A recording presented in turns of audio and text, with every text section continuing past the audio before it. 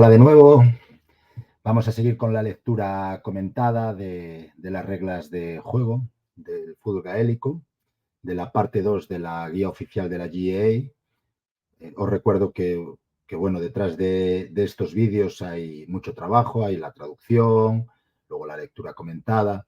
Entonces, por favor, os pido que le des a like, que os suscribáis al canal si no lo estáis y que, por favor, hagáis comentarios, aunque sea un comentario tonto o chorras. La verdad es que eso lo que hace es posicionarnos y dar relevancia a este contenido para que llegue a más gente, lo cual personalmente pues os agradezco de antemano. Ahora, después de las reglas de especificación, que fue el primer vídeo, hablaremos de otro apartado que son las reglas de control, que se centra principalmente en los árbitros. Reglas de control. Regla 1, control de los partidos, árbitros del partido. El control de los partidos será confiado a un árbitro principal, 4 árbitros de fondo, que normalmente le llamamos umpires, son los score umpires, 2 árbitros de banda, que en inglés serían los line umpires, quienes decidirán, estos todos, decidirán en el campo sobre todas las cuestiones relacionadas con el juego. También se nombrará un cuarto árbitro, que en inglés se llama sideline official, para todos los partidos senior intercondado. Los poderes del árbitro principal. La decisión del árbitro principal sobre cualquier hecho, salvo algunas excepciones, y con respecto al tiempo, a la duración del partido, será definitiva. El árbitro tendrá los siguientes poderes. Declarar que el campo o las demás condiciones no son aptas para el juego, tras consultar, si es posible, con los otros oficiales a cargo del partido.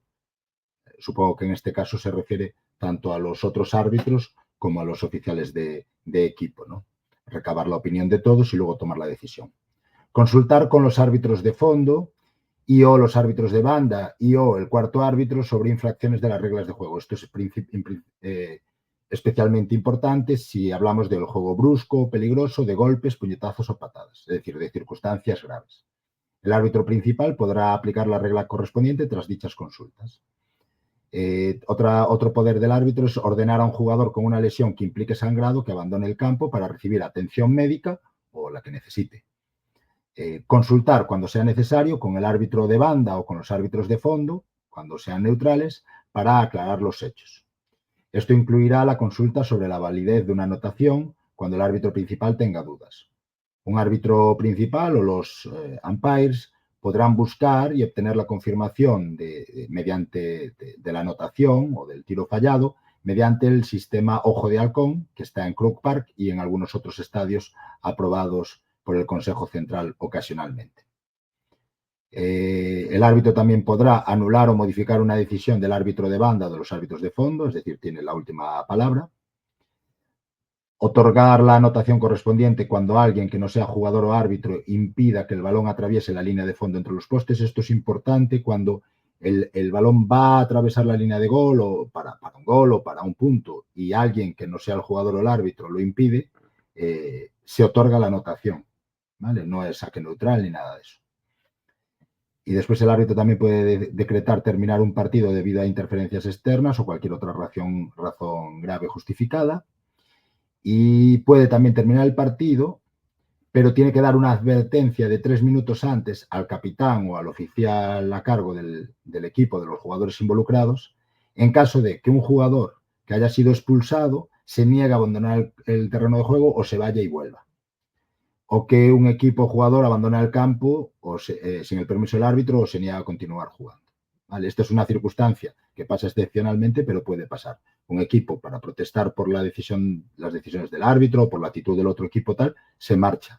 Dice que no quiere seguir jugando. Ahí no se suspende inmediatamente. Se le da una advertencia, se intenta hablar con el capitán o con los oficiales si es posible, se le da una advertencia, se le deja 3 minutos y después de esos 3 minutos se decreta la suspensión. Lo mismo si un jugador expulsado se niega a salir. Se habla con el capitán, con los oficiales, tienen 3 minutos para solucionar el problema y si no, se suspende el partido. Después, bueno, tiene que ordenar que todos los jugadores estén correctamente uniformados, ¿no? Deberes del árbitro principal. Controlar el partido de acuerdo con las reglas de juego. Recibir los listados de los jugadores, firmarlos y entregar una copia al equipo contrario antes del partido. obtener la firma, dirección completa y club de cualquier jugador que participe en el partido si un capitán o un oficial responsable del equipo lo solicita, ¿no? Porque tiene dudas al respecto de ese jugador. Informar de cualquier irregularidad respecto a las dimensiones, marcas o estado insatisfactorio del campo de juego, así como de cualquier protesta oficial realizada por el capitán de un equipo antes del partido en relación con irregularidades en las dimensiones o marcas del campo de juego. Es decir, si un capitán ve que algo del campo está mal, tiene que quejarse antes del partido, ¿vale? Y el árbitro pues decidirá y si se continúa simplemente dejará reflejada la queja. Mantener un registro de las anotaciones, los nombres de los jugadores lesionados, sustituidos, los sustitutos que participan, los sustitutos temporales por lesiones de sangrado o sospecha de lesión en la cabeza, cualquier caso de llegada tardía del equipo al terreno de juego, se refiere a eso, ¿no? Entrada tardía al terreno de juego se refiere a una llegada tardía al terreno de juego, se presentan tarde. O de exceder el descanso en la mitad del partido, se presentan tarde y después vuelven al campo tarde después del descanso. Y también la intrusión de personas no autorizadas en el campo de juego. El árbitro también tiene que registrar el tiempo de juego y prolongarlo en cada mitad por retrasos deliberados o incidentales. Si en caso de que hubiera un tiro libre justo cuando expira el tiempo, se permite la ejecución de ese tiro libre. Si el equipo defensor justo en ese momento comete otra falta antes de que el árbitro señale el final, por ejemplo, en el tiempo que el balón viaja a la portería, el árbitro vuelve a permitir que se ejecute otro tiro libre y vuelve a prolongar el tiempo y se pueda anotar desde ese. Pero ya tiene que ser directo, ¿vale? Porque dice siempre que ningún otro jugador del equipo que ejecute el libre toque el balón. Cuando estamos prolongando un tiro libre, al final del partido, eso ya tiene que ser un tiro directo. Pitar cuando se cometa una falta o cuando el balón haya salido del juego. El árbitro pita en las faltas o cuando el balón abandona el terreno de juego. Y pita o da una señal para reiniciar el juego. Muchas veces, si el juego se reanuda rápido, no hace falta pitar, lo vemos en los partidos retransmitidos, ¿no? Una vez que el árbitro haya tomado una decisión y haya pitado para reiniciar el juego, no podrá cambiar la decisión. Es decir, si el árbitro pita para reiniciar el juego, ya no puede echarse atrás de una decisión. Tiene que pensar antes de pitar si reanuda o no. Es decir, si tiene dudas, si quiere consultar, debe parar decirle al jugador que no saque, consultar con quien tenga que consultar o pensar lo que tenga que pensar y después pitar cuando ya haya tomado la decisión, decirla y pitar. Y también debe indicar el lugar desde donde se deben ejecutar los tiros libres, ¿vale? En caso de que sea necesario, lógicamente, muchas veces pues no hay que detener el juego por esto. Luego, el árbitro debe amonestar a un jugador que cometa una falta o infracción amonestable de tarjeta amarilla, expulsarlo si hace una segunda de esas, tarjeta roja, una amonestación, una tarjeta amarilla que se emita en el tiempo reglamentario se mantiene en la prórroga si se necesita. Luego también el árbitro tiene que excluir, que es expulsar temporalmente al área de sanción por 10 minutos a un jugador que cometa una infracción de conducta antideportiva o una violación de la regla de juego. Se habla el sin bin, eso sí está establecido, es una zona, si no, pues normalmente pues, se va al banquillo. En los partidos de menor nivel,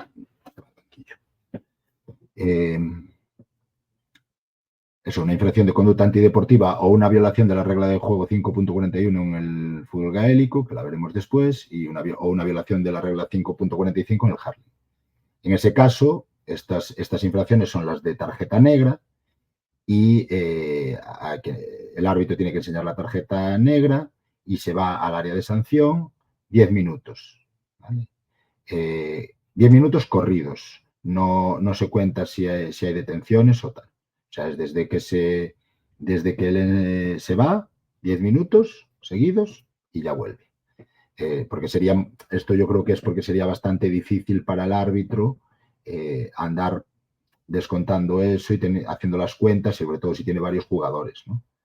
Creo que en el fútbol femenino, si no lo han modificado, o sea, no son 10 minutos corridos, digamos, o seguidos, sino que serían 10 minutos de juego efectivo, sin contar lo que sería tiempo de descuento para después.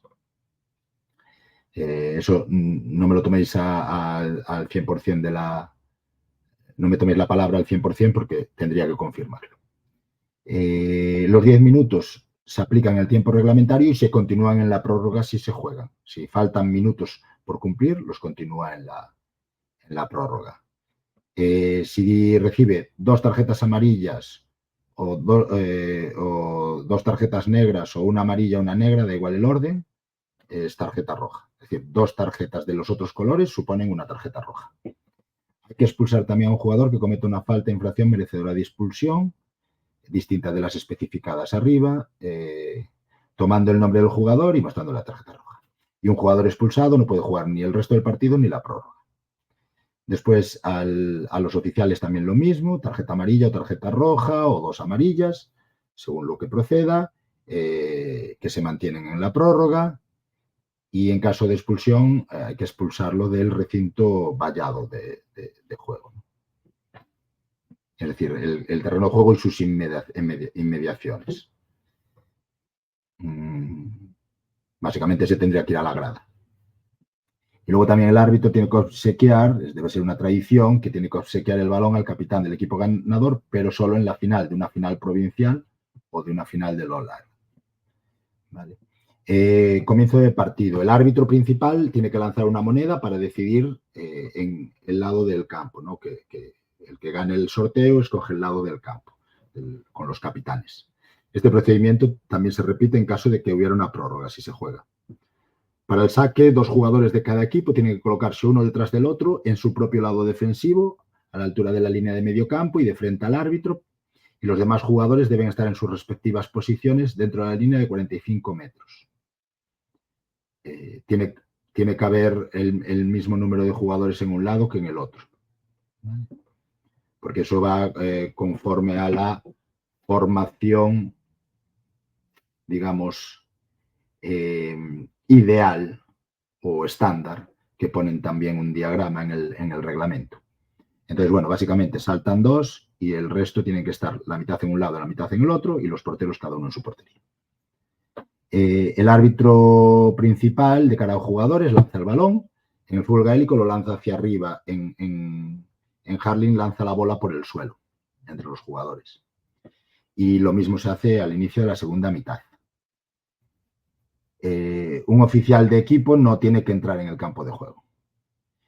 Puede el árbitro dejar un permiso para el médico o para un oficial autorizado, un fisio, por ejemplo, para ingresar al campo de juego y examinar a un jugador lesionado.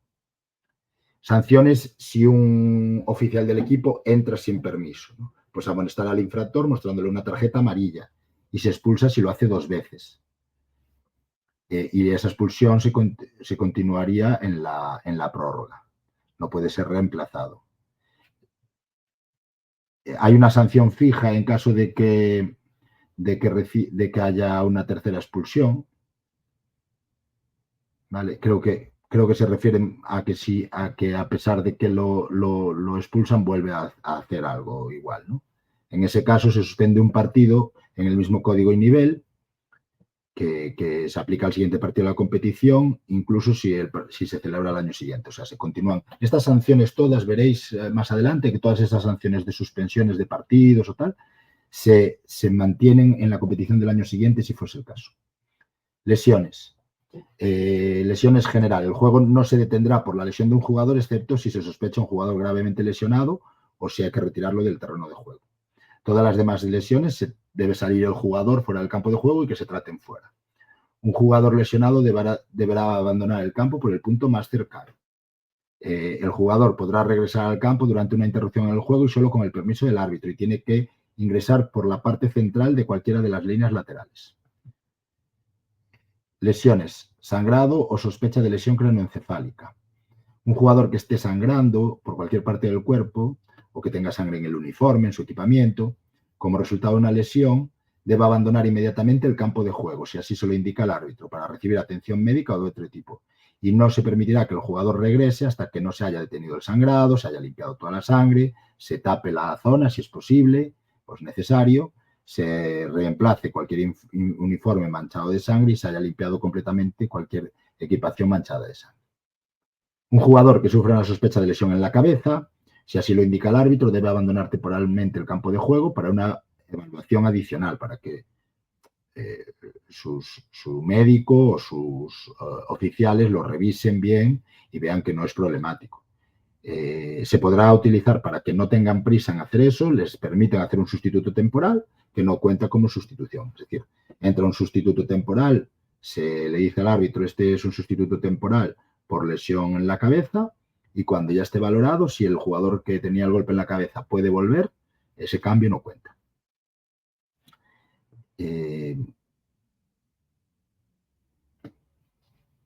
Luego nos habla que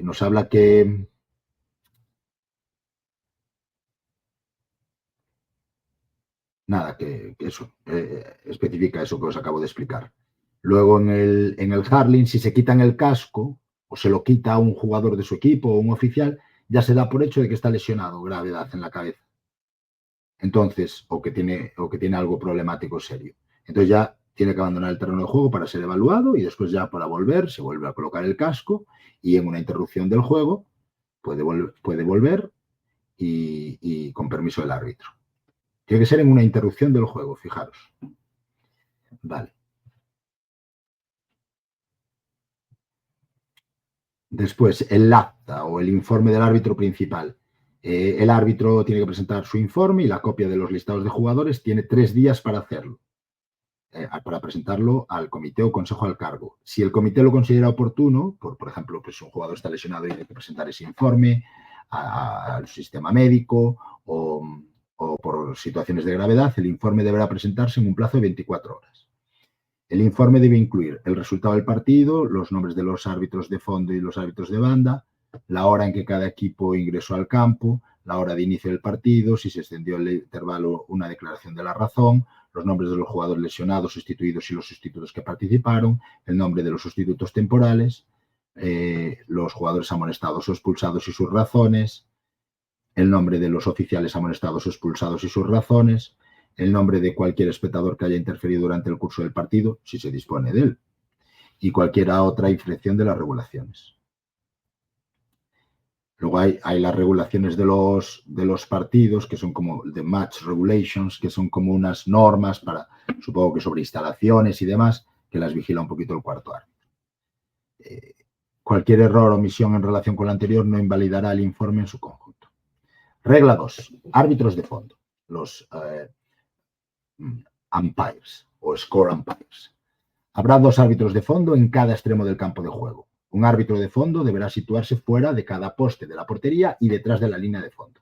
Los árbitros de fondo se quedan en el mismo extremo del campo durante todo el partido. Los árbitros de fondo decidirán si se ha logrado una anotación o si el balón ha salido fuera. También siendo saque de puerta o saque de 45 metros o saque de 65 metros. Deberes de los árbitros de fondo. Los árbitros de fondo señalarán sus decisiones así. Si hay un saque, esto es importante porque muchos jugadores en partidos menores tenemos que actuar como umpires y hay que saber cómo señalar. Si es un saque de 45 metros en el fútbol gaélico, el equivalente al córner del fútbol británico, al saque de esquina del fútbol británico, o un saque de 65 metros en hurling, se levanta un brazo en posición vertical y luego se señala directamente hacia el campo, en el lugar donde el balón cruzó la línea de fondo.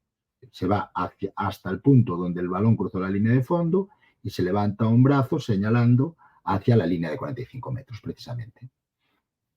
El saque de meta se hace cruzando ambos brazos por encima de la cabeza, es decir, marcando que no ha entrado el disparo.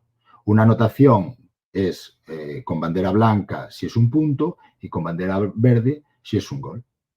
Y una decisión de invalidar un gol, si hay, por ejemplo, un square ball, un fuera de juego, esa circunstancia especial que es muy limitada en el fútbol gaélico, u otras acciones, pues se cruzan las banderas en el centro de la portería. Se pone en el centro de la portería, por delante de la portería y cruza las banderas. Pasa muy pocas veces. Los árbitros de fondo deberán informar al árbitro si hay, pues eso, cosas graves, ¿no? O brusco peligroso, golpes, puñetazos, patadas, incursiones no autorizadas o algo así importante. Los árbitros de banda. Hay 2, un árbitro de banda en cada línea lateral. Los árbitros de banda cambian de lado en el descanso. Sin embargo, si no cambian, no se invalida el partido. Los árbitros de banda señalarán con una bandera cuándo y dónde cruza el balón la línea lateral, para dónde es el saque de banda y desde dónde debe realizarse. Cuando el balón sea jugado fuera de la línea lateral por varios jugadores contrarios a la vez, cuando no se sabe quién lo mandó fuera, el árbitro de banda se lo indica al árbitro y lo que se hace es un saque neutral. El árbitro lanza el balón entre un jugador de cada equipo. Ese saque neutral se hace a 13 metros de la línea de banda, justo en la distancia más corta desde el punto por donde salió. La decisión del árbitro de banda está sujeta pues, al criterio del árbitro principal. Los árbitros de banda, si son neutrales, controlan también los cambios y asisten al árbitro en los casos de sangrado o sospecha de lesión en la cabeza para que el árbitro no tenga que ir a la banda. Pero si no son neutrales, eso lo tiene que hacer el árbitro. Los árbitros de banda también pues, informarán al árbitro lo que hablábamos, de cosas, circunstancias graves que se produzcan durante el partido y que el árbitro no perciba. Tras consultar con el árbitro de banda le indica al cuarto árbitro el tiempo de descuento al final de cada mitad. Es decir, para el descuento el árbitro normalmente se lo señala al árbitro de banda y el árbitro de banda se lo dice al cuarto árbitro. Regla 4. Cuarto árbitro o sideline official. Se nombrará un cuarto árbitro para todos los partidos senior, intercondado, de campeonato y liga.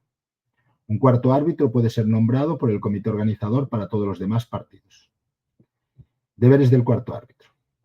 Bueno, eso que quiere decir que los cuartos árbitros están en los partidos importantes, pero también si el comité organizador lo requiere, puede nombrarlo. Deberes del cuarto árbitro, pues recibir las notas de los cambios, donde pone quién entra y quién sale, registrar todos esos cambios para que luego puedan ir en el acta, mostrar con una pizarra electrónica manual los números de los jugadores que tienen que salir, mostrar el tiempo de descuento, cuando se lo indique el árbitro de banda a tenor de la indicación del árbitro, y luego supervisar e informar sobre las infracciones que hablábamos de las regulaciones de partidos. Tiene que controlar también como todo lo del área de sanción, lo del sin-bin para los excluidos, y el cuarto árbitro pues también tiene que informar, como todos los demás, si pasa algo muy grave. Regla 5. Mal comportamiento en partidos por parte de oficiales del equipo.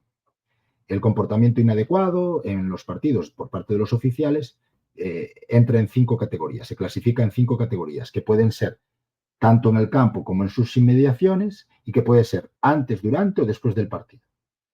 No se limita al terreno de juego y a durante el partido. ¿Vale? Lógicamente, porque los oficiales pues están por los alrededores y pueden hablar con el árbitro antes o después y pueden hacer pueden cometer un comportamiento inadecuado en esas circunstancias. La categoría 1A incluye una incursión no autorizada en el campo de juego, unas protestas, digamos, al árbitro de fondo, árbitro de banda, cuarto árbitro, las amenazas o lenguajes abusivos o provocativos hacia jugadores o oficiales del otro equipo y amenazas o gestos abusivos o provocativos hacia jugador de su propio equipo. Aquí fijaros, lo veréis después, que en estas normas pasa igual con los jugadores. La protesta normal, una protesta, considerable hacia los oficiales, ya es esta infracción. Mientras que contra los oficiales, pues contra los oficiales o los jugadores, pues ya tiene que ser una amenaza o un lenguaje abusivo o provocativo. Como que se permite menos hacia los árbitros. En ese caso, la sanción es una tarjeta amarilla y si recibe 2, pues se expulsa. Y se mantiene todo esto en la prórroga. Ahí luego la categoría 2A. Veis que lo mismo, utilizar el lenguaje abusivo, un lenguaje amenazante o similar, hacia árbitro de fondo, árbitro de banda o cuarto árbitro, ya sube de categoría. Y luego también, pues, conductas inadecuadas o inapropiadas severas, ¿no? Categoría 3A, pues, interferir con el desarrollo del partido, pues, hacer decirle a los jugadores que se vayan o entrar y decir que no se juega, que yo me quedo en el medio del partido, cosas así. La categoría 4A es una interferencia física menor, como un contacto menor hacia el árbitro o una o una conducta, no un lenguaje, ya una conducta. No es lo mismo hacer un lenguaje que intimidar con cercanía al árbitro. Ahí se sube de nivel de sanción, ¿no? Además son sanciones graves, ya los veréis ahora. Y luego cualquier tipo de interferencia física con un jugador o un oficial del equipo contrario. Ya si el último nivel, el 5A, ya es la agresión a los árbitros, ¿vale? Que se penaliza más incluso que la agresión a jugadores oficiales del otro equipo, ¿vale? En este caso, las sanciones ya son de expulsión, en todas, en el 2, en la 3, la 4 y en la 5. Entonces, aquí nos informan, ponen para fines informativos únicamente, nos informan de qué sanciones son. Esto lo ponen porque estaba en la parte 1 y la gente no lo leía. Entonces, lo meten en la parte 2 para que la gente lo lea y vea que las sanciones son severas en ciertos casos. En la categoría 1A, pues se expulsa, ¿no?, al resto del partido y se suspende por un partido. No, bueno, el categoría 1A es de una amonestación, si hace 2 es una expulsión y en ese caso se suspende con un partido, ¿vale? La categoría 2A, que hablábamos de la conducta inapropiada o lenguaje abusivo hacia el árbitro y tal, ahí ya se suspende en un mínimo de 4 semanas. Y si repite, si reincidente, un mínimo de 8 semanas. En la categoría, o sea, fijaros que pone suspensión de 8 semanas junto con una suspensión de 2 partidos. Es decir, se suspende 8 semanas que deben incluir 2 partidos. Si no hay 2 partidos en esas 8 semanas, o sea, serían las 8 semanas y hasta completar también los 2 partidos. Eso lo hacen también porque a veces puede ser 8 semanas sin competición. Entonces, ahí en ese caso haría las 8 semanas sin competición suspendido, pero luego los 2 primeros partidos de la competición del año siguiente los tendría que también perder. La categoría 3A, que es cuando interfiere en el desarrollo del partido, la suspensión mínima son 8 semanas y si es reincidente, el doble, 16 semanas, con 3 partidos mínimo.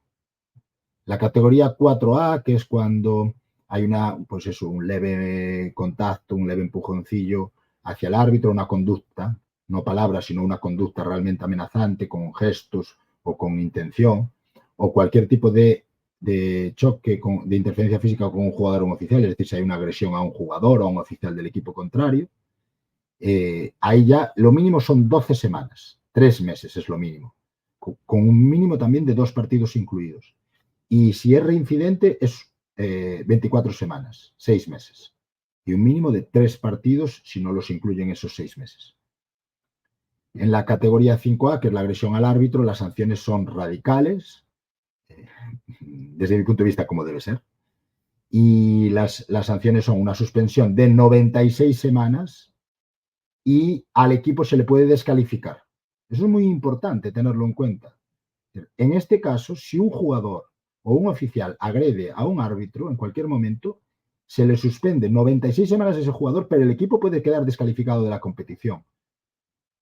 Para que el equipo busque tener personas razonables dentro de su estructura, ¿no? Y luego, si es reincidente, ya se va a 192 semanas, ¿vale? Y el equipo sujeto a descalificación también, ¿vale? Y esas sanciones graves, las de las agresiones, sean a jugadores o sean a árbitros, ya se le aplican a esos jugadores, da igual lo que hagan, y a esos entrenadores da igual lo que hagan. Como si llevan categorías inferiores, da igual, se le aplica igual. No pueden en nada del fútbol gaélico participar.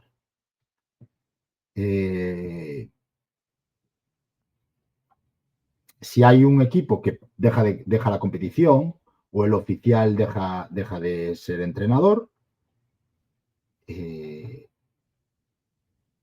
pues se le cambia, ¿no? Por cada partido se le añaden 2 semanas más. Imaginaros, pues eso, pues la sanción, todo eso, y dice, vale, pero no le podemos aplicar esos partidos. Bueno, pues por cada partido que no se le puede aplicar, porque no llega a jugarlos, le aumentas 2 semanas más la sanción de tiempo. Y luego hablan la regla número 6 de limitación de responsabilidad legal. Esto, pues, básicamente dice que el árbitro no tiene responsabilidad en el cuidado, en lo que pase, en la responsabilidad legal de lo que pasa durante el partido, sino que, bueno, en todo caso sería de los padres tutores o de las personas al cargo. Y, bueno, eso supongo que será un disclaimer legal simplemente por si le cae un poste, imaginaos, a un jugador encima y le pasa algo, pues la responsabilidad, pues entre el seguro de responsabilidad civil del club o lo que sea necesario, pero no es culpa del árbitro, aunque lo haya revisado. Y nada más, ¿vale? Seguiremos con las reglas de juego del hurling. Haremos un vídeo que será más rápido, no nos pararemos tan al detalle, pero lo incorporaremos porque forma parte de esta parte 2 de la guía oficial, y luego ya el vídeo más importante, que es el 4 de 5, el cuarto vídeo de los 5 que vamos a hacer, que habla de todas las reglas de juego del fútbol gaélico, que ese no os lo podéis perder. Por favor, acordaros, like, subscribe y comment. ¿Vale? Es muy útil y lo necesitamos muchísimo, porque este contenido, pues, al ser un poco de nicho, de un grupo de aficionados, YouTube no nos lo promociona tanto y necesito vuestra colaboración. Un saludo a todos.